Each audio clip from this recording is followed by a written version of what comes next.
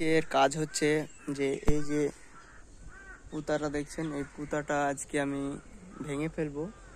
তো খুব কষ্ট হচ্ছে, কারণ এদিকে যে ফুলকপি, গাজর, পেঁয়াজ সব কিছু লাগানো আছে, এগুলো তুলে ফেলতে হবে, কিছু করার নেই। ওদিকে কারণ পুতার কাজ চলছে, সে কারণে এটা ওই পুতার মাঝখানে পড়ছে, যার জন্য এগুলো ভাঙতে হবে। তো মিস্ত্রি আজকে আসবে না, আমি টুকটুক করে করব, কারণ এসব কাজ আমি সাধারণত করি না। তার কারণ হচ্ছে আমি একজন ওয়েল্ডিং মিস্ত্রি, আমার ওয়েল্ডিং কারখানা আছে, ওখানে আমি কাজ করি। তো আজকে মিস্ত্রি আসবে না, এই কাজটা আমি নিজেই করব বলে ঠিক করেছি। তো ওদিকেও প্রচুর এরকম ফুলকপি, বাঁধাকপি লাগানো ছিল, তো সেগুলো তুলে ফেলতে হয়েছে, কিছু করার নেই। তো ঠিক আছে, শুরু করি আজকের এই নতুন ছোট্ট একটা ব্লগ। আজকের দিনটা খুবই খারাপ, কারণ প্রচুর কুয়াশা এবং হালকা হালকা হাওয়া হচ্ছে, তো একটু ঠান্ডা ঠান্ডা ভাব। তো আমি ভাবলাম এই কাজটা করলে শরীরে একটু গরম ধরবে আর ঠান্ডাটা লাগবে না, তাই আমি একটু সকালেই চলে আসলাম এটা ভাঙার জন্য।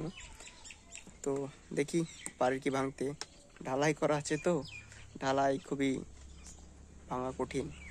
তো তার জন্য আমাদের এই তো আমবোড় আছে, আর একটা ছোট্ট হাতুড় নিয়েছি ইটগুলো ছড়ানোর জন্য।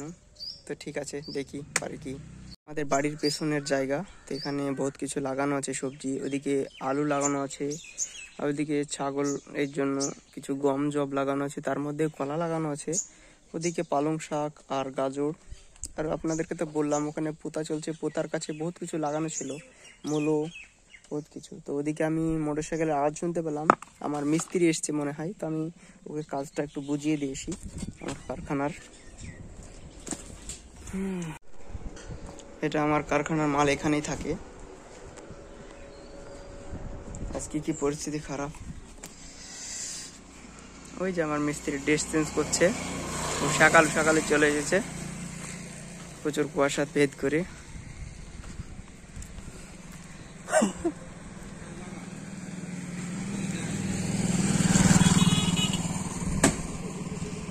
যাই কুয়াশা পড়ছে আজকে, হ্যাঁ হাওয়া হচ্ছে সাথে সাথে। তো আর শাটারটা আজকে লাগাতে যাবো ওই আপনার 9টা-10টার দিকে বলেছি। হ্যাঁ, তো ওই দিন দেখতে পাচ্ছেন এটা আমার দোকান, এই শাটার গুলো লাগাতে যাবো আজকে। ওই যে ডিজাইন গুলো আছে এর মলিমগুলো, ফ্রেম গুলো করেন আর এরকম রাউন্ড ডিজাইন করে ফেলেন, আরো মাল আসবে পরে, তখন আমি করে নেবো। হ্যাঁ ঠিক আছে, মিস্ত্রিকে বুঝিয়ে দিলাম, কাজ করবে, আর ওদিকে আমি ওটা কাজ করি। তো এইগুলো একটু সরে নিয়ে ওদিকে, কারণ এদিকে একটু একটু কি লাগিয়েছে সব ছেলে পিলে, এগুলো পানির অভাবে এই হাল।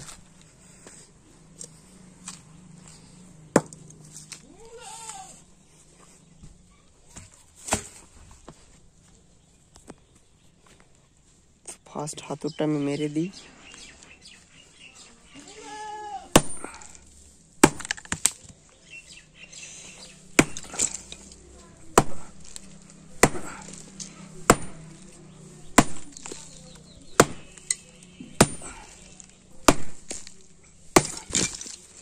আরে ইটগুলো পাওনা হচ্ছে না, ইটগুলো কুচি হয়ে যাচ্ছে।